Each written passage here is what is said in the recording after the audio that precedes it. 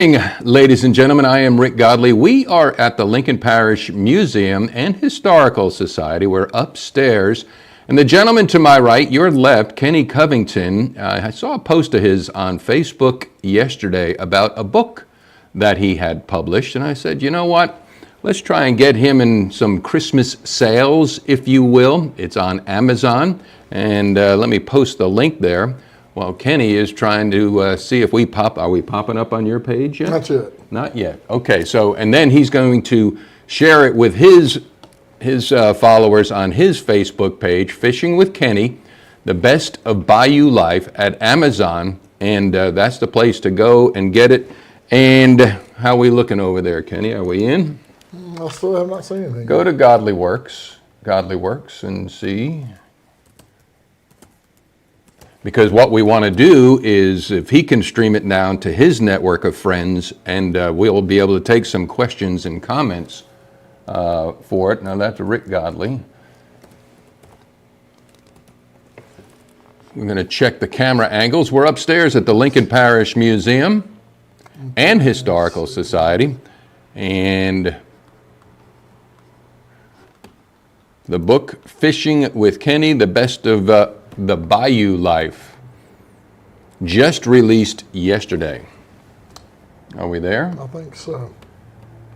So if you hit share down there. It should be sharing. I'm fixing to go back to mine. Okay. Because it's supposedly sharing. So hopefully we're getting it right as this is kind of like fishing. Well, it's also called a live stream, isn't it? Yes. So, I mean, it's got to be. Live. We are live, and there is streaming. We are not wet. There we go. I think we're here. All right. Yeah. All right. So, well, first of all, Kenny, good morning, my friend. How are you? And we will be able to take some. I'm doing just fine. All right. Now you want to turn your volume down there. There you go. All right. So I got to know this gentleman. I really don't know him, but I mean through Greg Terja of Media Bass, North Louisiana. He invited me out there to live stream Bass Fish Weigh-ins, which if you want to know my whole fishing story, it consisted of me hooking some kind of a fish in the pond across the street, teaching my daughter how to fish, and I got him in the eye, had to pluck it out, threw it in the water, rolled on its side. I said, Madeline, we're done fishing here. So that's mine, but I was intrigued and enthralled with what Greg does with Media Bass North Louisiana, and you are a member of that, and you go out there and fish, and I'm so grateful for that because of all the waterways that I get to experience, and I know you've experienced them way more than I. Well, first of all, talk about a little your fishing. How did you get started? I caught my first bass at the age of 5 at Lake Lafourche. They call it Cat Island. My grandmother had a camp down there. Mm-hmm. And I was always fascinated with being on the water. And I caught my first fish on a chartreuse, bright chartreuse plastic worm, Mr. Twister plastic worm that my father had left for me to throw and rig up. And I still have the picture somewhere of the first bass I caught. It probably wasn't 1.5 pounds, but I was hooked. I mean, to me, it must have been Pun intended? Yeah, I was hooked. Yeah, pun intended, yeah. And I just fell in love with the sport. And then when I got into the competitive aspect, it kicked it up a whole nother notch. Well, touch on the competitive aspect, because what I witness, again, with the Media Bass North Louisiana, it is competitive and it is rewarding there, but did you pursue something prior to that? I mean, there's even levels of that, just like in baseball. I've been fishing tournaments since I was 13. I started out fishing. My dad was in a bass club, and so I went with him and fished from the back of the boat in the kid division, whatever you want to call it.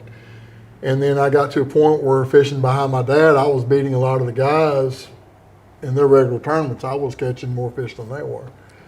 And then when I turned 16, I won my first tournament at the age of 16. And so I've been doing this over 40 years.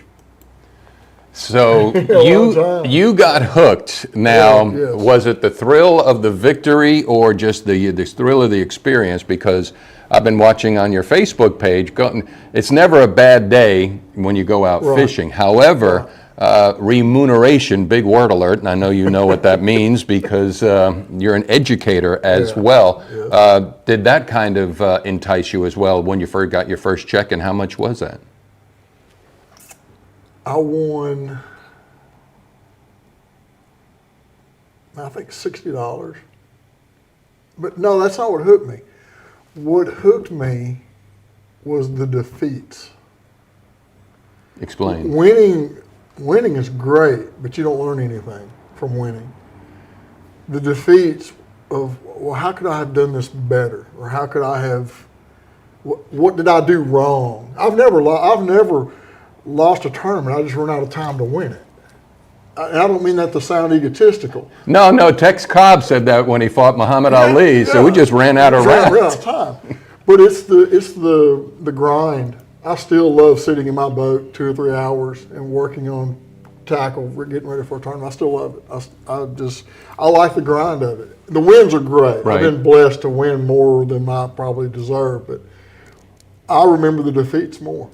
All right, it sounds like you're a contemplative one, meaning, and this is control. I think too much. Well, yeah, the paralysis by analysis. Yeah. I get it, but contemplative versus emotional response, because if the agony of defeat is not a fun emotion, but at the same time learning from it. When did you learn to control all that and be calculating, like, okay, without getting aggravated? You understand what I'm saying? Very early on, I've always been, and the people who know who are fishing against me will tell you, not a lot bothers me. Because to me, you can't do anything angry. You can't fish, I went to high school with a guy by the name of Glenn Montague, and Glenn was a boxer. Mm-hmm. And we were talking one day, and somebody said, I bet when you get ready to go into a fight, you just get yourself worked up into a fury. And he goes, if I do that, I get knocked out. He said, even in boxing, you can't do anything. He said, if you go in the ring angry, he said, that gun is going to knock your teeth in. Mm-hmm. And I took that, I remember that from high school. I remember thinking that. And so I try to stay as even keel as I can while on the water. Not that I don't lose my temper, because I have. But. Well, let's touch on that right now. Actually, you being a wordsmith, from what I can witness, you don't lose your temper. You actually calculate steps to go find your temper and then use your temper. Right. So we don't lose it. But that being said, okay, so fishing became part of your being, the fiber of your being. Right. Talk about writing, combining the two, because as you know, one almost seems a chore, the other one seems a love. And then I started writing like everybody else. You started at a young age. And we were talking off the air a while ago. I have this notebook at my house. It's a giant notebook that a friend of mine kept for me. And I have all this stuff that I had written as a kid. And it's terribly bad. And it pains me to read it. But it's also therapeutic to read it, because you go back and you can kind of pull from that. Mm-hmm. And as I've gotten older, hopefully, knock on wood, I've gotten better at it. I mean, I've written countless articles. I've written, like I say, this is my second book I published, and I got 3 more waiting for me to hit a button. So it's one of those things where you have a lot to say. It's just a matter if anybody wants to hear what you have to say. Well, okay. There's a lot of great songs that never become hits. Right. And I think there's a lot of great baseball players and fishermen that never get to the major leagues. Exactly. And we need to kind of keep repeating that, because I think there's a defeatist attitude out there. Well, I didn't get there, and we use the professionals as the standard. And we shouldn't, especially in fishing. Professional fishing is not a very good analogy. Some of the best fishermen in this country are within a 50-mile radius of where you and I are doing this podcast. These guys are fantastic. I've said it for years. These guys are fantastic. But people think, oh, well, they don't have $100,000 boats, or they don't have, that they can't be, quote unquote, professional. Mm-hmm. You give me $25,000 of somebody else's money, I could be a professional fisherman too. Mm-hmm. It's easy to do when you're fishing on somebody else's dime. Right. And just because you got a paycheck doesn't make you Sure. a professional No. as well. Matter of fact, No, that's it where does the not. delusion could Yeah. be setting in. Of course. All right, Kenny Covington, Fishing with Kenny, the best of the Bayou life.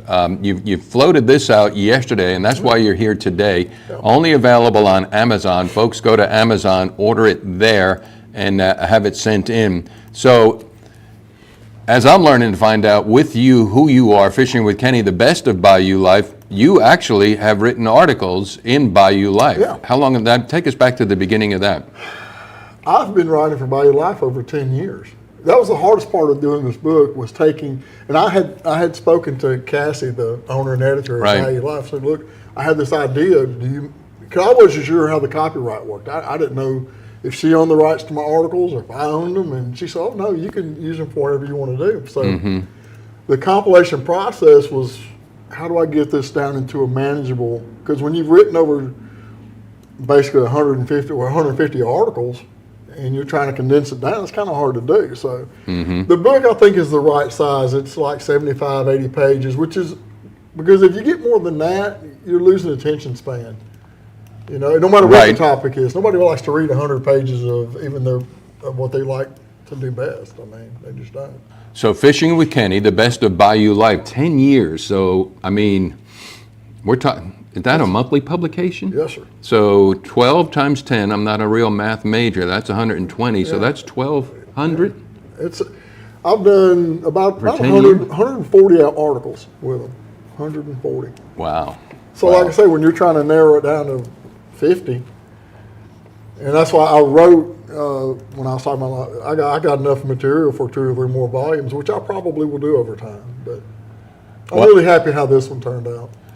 Folks, order it up online at Amazon.com, Fishing with Kenny, the best of Bayou life. You can get it there, Amazon, the only place right now. And on the back cover, having spent most of my life chasing little green fish and figuring out how to catch just a few of them, I thought it would be a great idea to share some of my knowledge with the rest of the world. Welcome to my journey that is constantly continuing. When did you write that? And tell us why you wrote that and why that's on the back. That's kind of interesting. Typically, authors go out and get other people to write accolades for them. You went to the little green fish. Well, that's the first thing I wrote when I was putting the book together. I sat down and I said, okay, what do I have to say? And when we were kids, when we would buy records or CDs, I would always read the liner notes. I always found it fascinating what the liner notes had to say. And I'm not saying that this is going to make anybody a better fisherman. It's just some ideas that I have that I think if I share, you might take a little something from it and say, oh, okay. And it's all because of this little green fish that I'm fascinated with and still fascinated with. It's amazing to me. What, bass are green?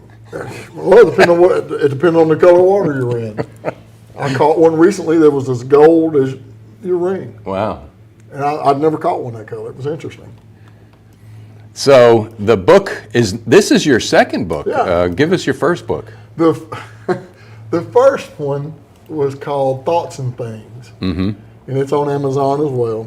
It was written based on, if you follow me on Facebook, I write almost daily blogs, and it was just based on stuff I had written over a period of time, and it went together very nicely. And I was like, okay. Now the editing on the first one wasn't very good because I didn't really know what I was doing. The second one's much better, hopefully. And the first one is just my observations. I've always considered myself an outsider, and I view the world kind of in front of me. Because I learned at a very, very young age, the world's a fascinating place if you don't allow people to tell you how to view it. Right. It's very fascinating, but the minute you start agreeing with this group or you see that group, I'm not saying you can't see their points of view, but the minute you start identifying with those groups, then you've lost your identity. Well, you become one of the herd. Yeah, and what good is they always say there's power in numbers. Well, there's power in one. That's why, which led me to becoming this person in this particular individual sport. I fish doubles tournaments. I prefer to fish by myself. because of the individuality that is inside of me. I mean, that's a valid point. I think, what is it, cognitive dissonance or something? We're taught how to think, and therefore we think how we were taught, Right. when that just may not be the most refreshing perspective to have. Exactly. And so that your first book was, and that's still available, right? Is that out at yes, it's Amazon? still on- when you pull up, if you pull in, put my name in the search bar, I think it pulls up both of them. Okay. It So, pulls up both of them. and that is available at Amazon as well. Yes.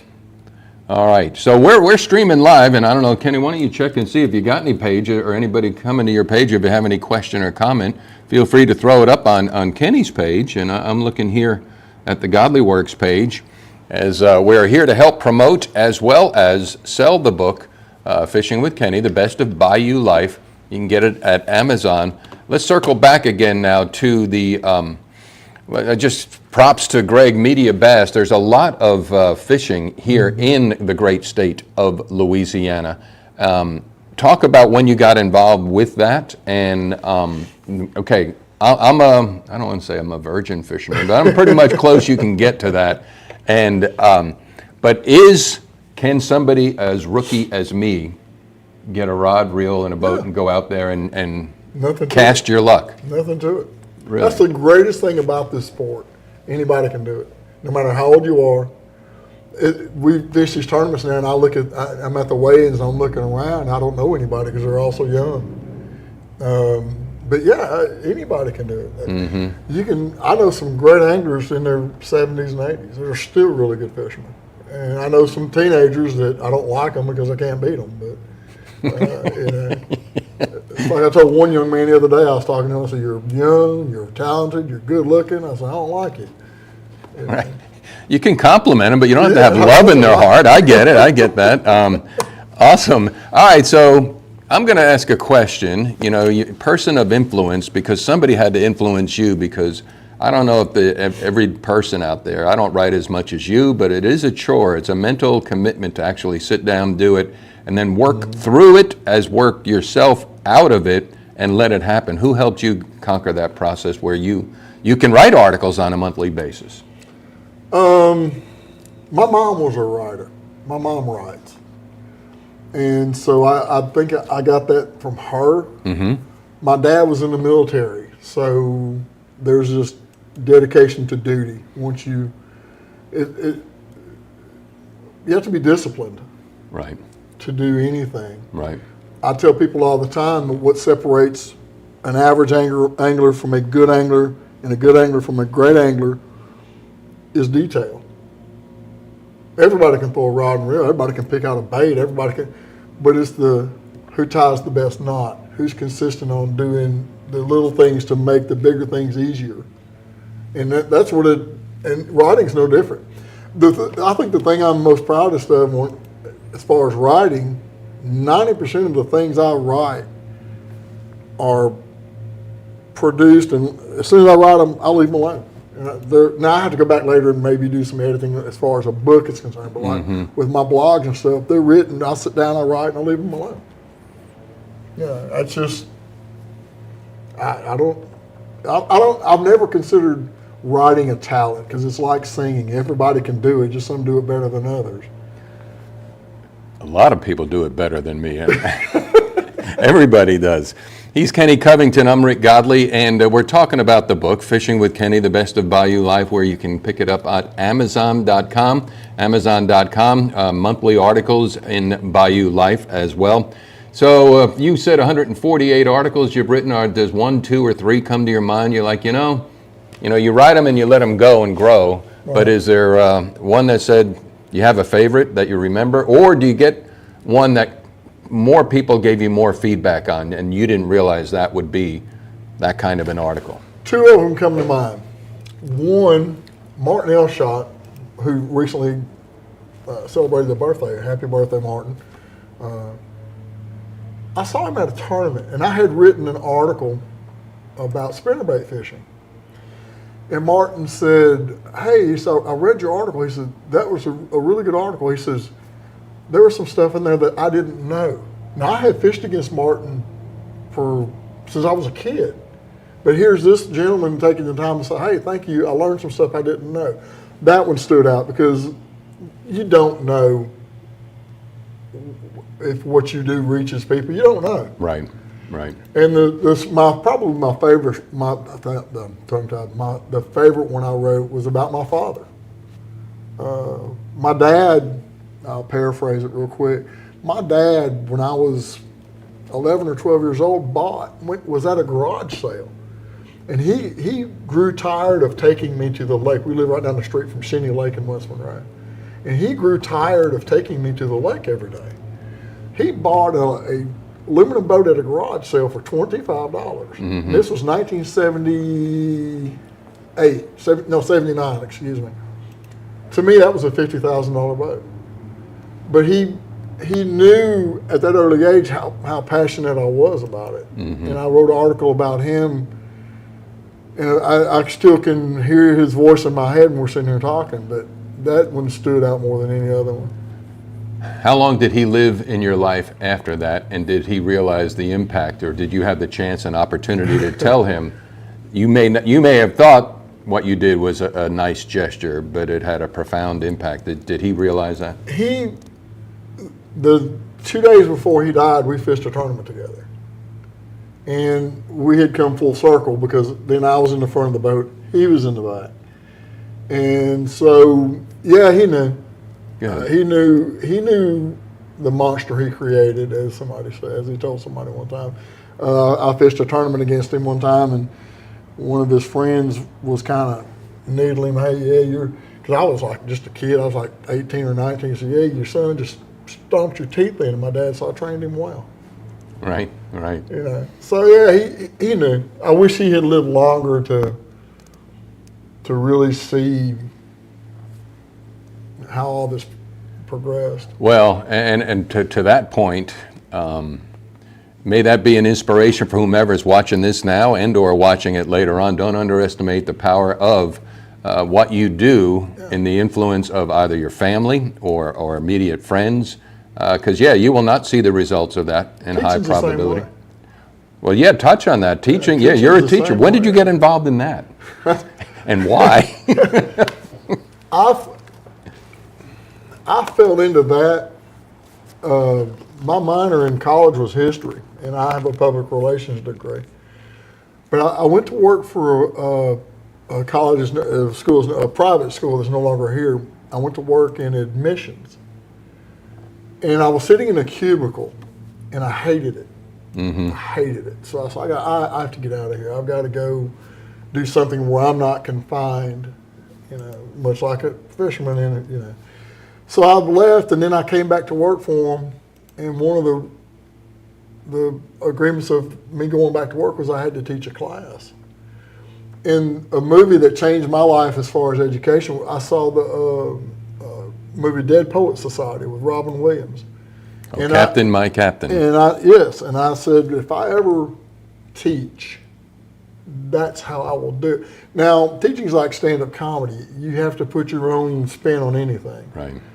And so I've been teaching over 20 years, and it's amazing. You don't realize the effect you have. I've had students come up to me I haven't seen in 15 years and say, I still remember your class and da-da-da-da-da. And it takes you just like, wow, I never, because if you're dedicated to your craft, you don't think about it. Mm-hmm. Because you love what you do anyway. And it's the feedback that you get later on that makes you just like, wow, it's still that way now. Well, what are you doing now? Delta Community College. And the former quote unquote Votech school has a tremendous value, probably more so in the age we find ourselves in 2025. So touch on that too, because I came up, I'm a little bit older than you, I think, or you may want to think I'm a lot older than you, is that, you got to get an education. You got to get an education. Education, I get it, is good, but that may not be for all. So no, it's not. Well, it's definitely not for all. So touch on that, and maybe we could reach somebody there. Is like, I teach adult learning, which is for the high set program, which is a lot of people consider it almost like a GED, which actually it's not. The high set is an actual high school equivalency, whereas the GED is a high school substitute. So actually, the high set holds more merit. Not saying one's better than the other. I'm not trying to offend anybody. But what I try to do with my students is I try to direct them to the workforce. Hey, look, electrician, welding. I know people that make a lot of money in welding, electrician, stuff like that. There's nothing that says you have to go to college, and a lot of these kids don't realize that.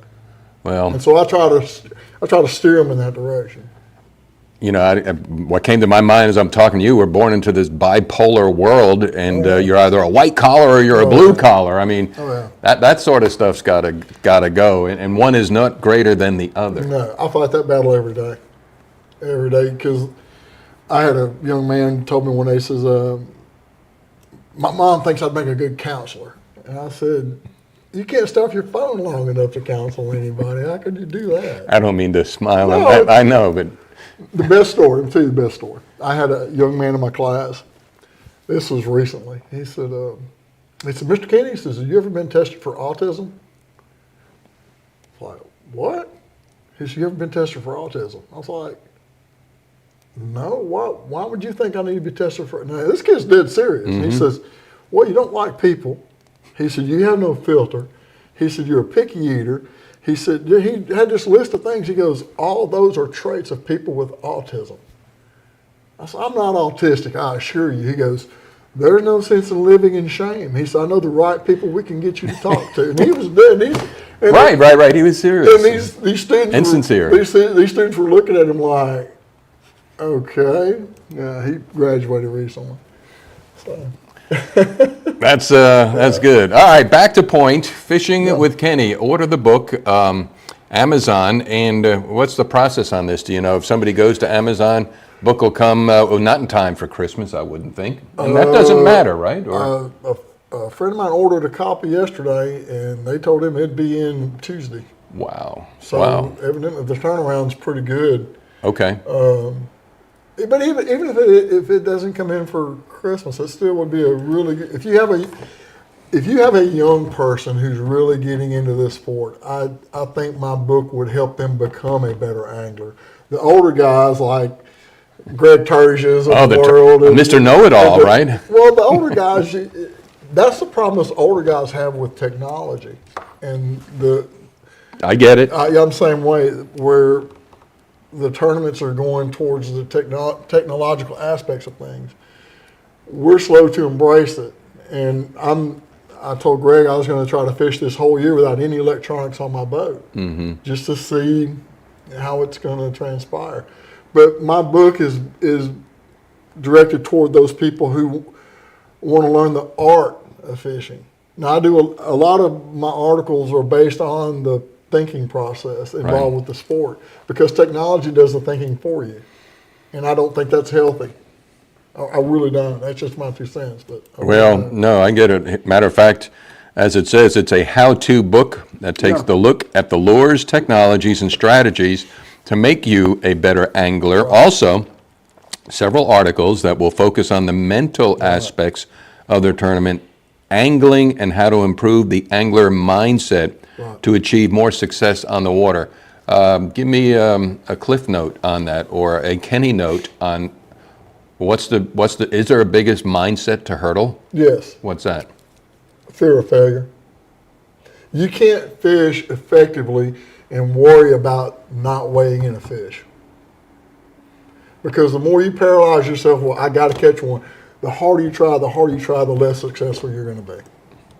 Well, to that point too, and I was a fair baseball player, and then got out of Little League. That's not what I'm saying. But yeah, if you go up there, fear of not getting a hit, you're not going to get a hit. No. And so that works on the water as well. So you mentioned that the book would be ideal for somebody maybe starting out or the younger generation. Right. Talk about that too, because it's a big population, the young anglers out there, that we don't see them in everyday life.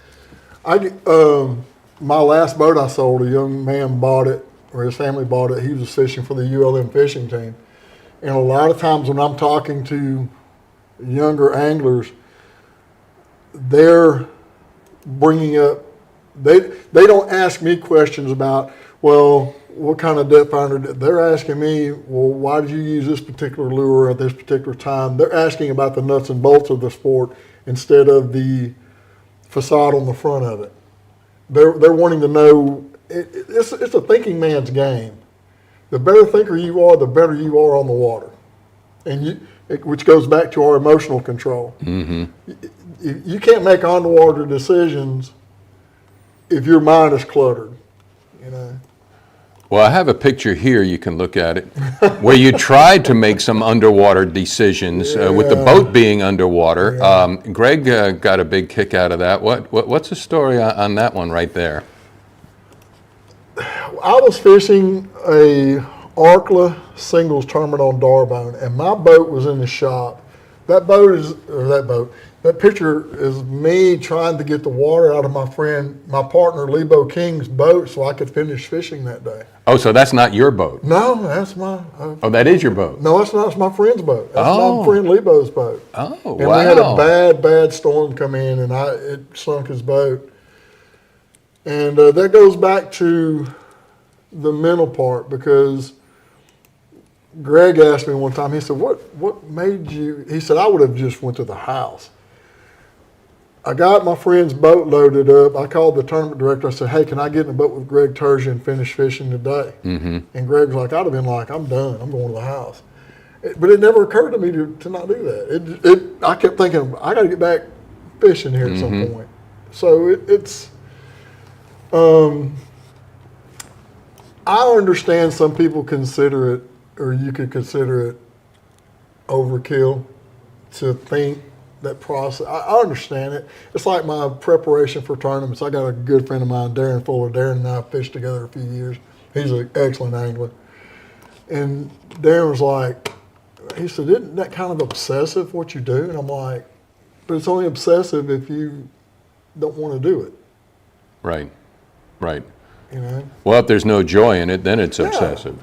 Yeah. Matter of fact, all right, biggest fish you ever caught? What are we looking at here? That seems to be a big one. That's an 810.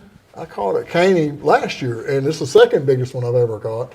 Matter of fact, the first big one I ever caught, I caught at Caney, which Caney is not my favorite lake, even though I won some events down there. That was with my buddy Kevin Guess. I want to give Kevin a shout out. Kevin's battling some health issues right now, and if he listens to this or does see it, I'd like to give him a shout out. Mm-hmm. Kevin's like me. He likes to kind of think his way through things. You mentioned Caney, and again, I'm as, what's the word? Well, I don't know why virgin keeps coming to my mind. Innocent, or ignorant is another word. Ignorance is curable, but stupidity is a choice. But I'm ignorant. But Caney, and I'm basing this all on Greg Terzian, the first time I ever started live streaming any of the Media Bass North Louisiana division was Caney. It was cold. It was January, and some guy Milliken came in. Milliken, yeah. He came in, and I just so happened to interview him and talked about, well, tell me about this lake. What do you think? And he said it's the best in the country. Now that's unsolicited. He just, in his opinion. Yeah. And my point being is, it obviously produces a large amount of fish. I mean, what do you think that is? And Jacob Wheeler said it is the most pressured lake in this country. And Jacob Wheeler also said it was one of the best lakes he'd ever fished. what does pressured mean? The fish are educated. They've seen it all. They know what you're throwing. They know what you're throwing, why you're throwing it, when you get the fish. Because all creatures, and in the end, if you're watching this podcast or listening to me, in the end, put your money on Mother Nature because she's going to win, and it will not be close. All creatures have a survival instinct that humans no longer have, that I don't think as a whole humans don't have. To an extent they do, but most of them don't. We're so technologically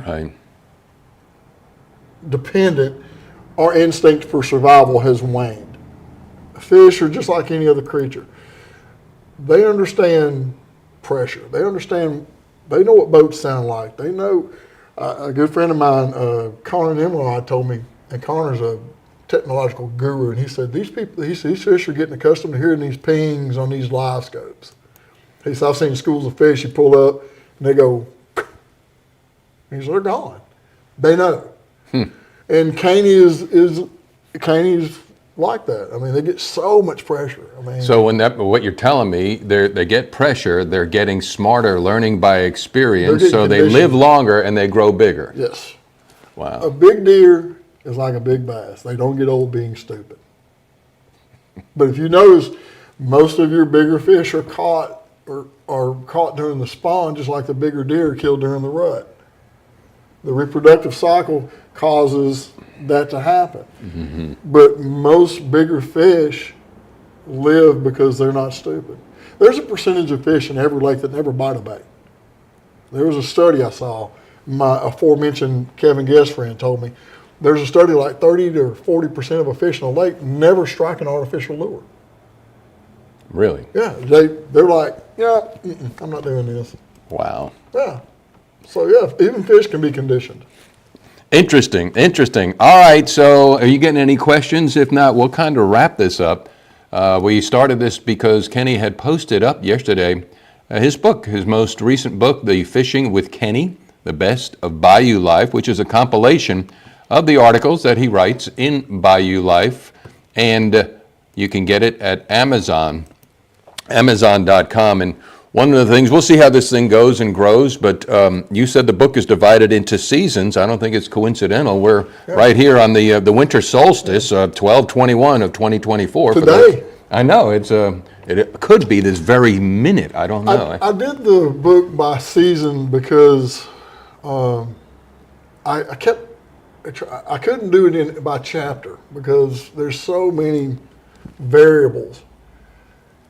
And finally it hit me, why don't you just do it based upon seasons? So I just found it easier to do it that way. And that's kind of where the articles are divided up. Well, is it season for the fisher, the angler, or season for the fish, or both? I mean, so Both. You mean to tell me the fish also understand? Oh, yes, sir. It's nature. Yes, sir. Okay, I'm right. I'll give you a quick analogy. I probably shouldn't give it's been a secret of mine for years, not a secret, just what I believe. You brought the winter what's it? Solstice. Solstice. The days get longer. Okay. A animal that the female of any species of animal has a comfort level they seek out. If I'm a big fish and females get larger than males, a large male bass is usually about 5 pounds, whereas the females can go 15, 20, even 20 pounds. When they're carrying the weight of spawning, they're going to move to a comfort level where they don't have to expend a whole lot of energy to do anything. Their feeding habits, and that's why a lot of the bigger females, even when it's cold, move shallow because there's a comfort. I can sit in one place. I don't have to move around a whole lot. I don't have to I think it's nature's way of protecting her own. That's why, I'm not saying you can't catch fish deep when it's cold, because a lot of people do, but a lot of times a lot of your bigger fish move shallow a lot quicker because they're like, okay, I know my clock is running here, and if I can get up here and if I can move into a hospital and stay a month ahead of time before I give birth, why wouldn't I do that? Right. It's just the facts of nature. And is that in Fishing with Kenny, The Best of Bayou Life? I don't think I put that. That one's not in there. I don't think I did. All right. Anything we could also say here this morning there, Kenny, to help sell the book and as create a greater culture of the fishing, I don't want to say industry, it's more of something else. It is a culture. And it is, and I will say this too, watching Media Bass North Louisiana, there's a camaraderie out there. Yes. That is palpable, that even I, the novice, can witness, that even though boat ABC doesn't place anything, they're happy and glad that you did, and they don't consider it a wasted day. I don't know if they're happy about it. Well, okay. They're very sportsmanship about it. Right, and then I know there's a few apples there. We'll leave them alone for another day, but it's a good culture out there. Yes, it is. So I've been doing this, I'm 57. So I've been fishing tournaments now for 44 years. And I've become one of the old guys now because a lot of the guys that were before me. One of the things I think that I do think there is a genuine respect among the anglers for each other. A lot of times, things that go on, we handle amongst ourselves. We police ourselves. Hey, look, you need to do this, you need to do that, which I think is good for the sport. I think tournament fishing and golf are the only two sports that police themselves. In golf, they call penalties on themselves. So, yeah, it's still an interesting group, without a doubt.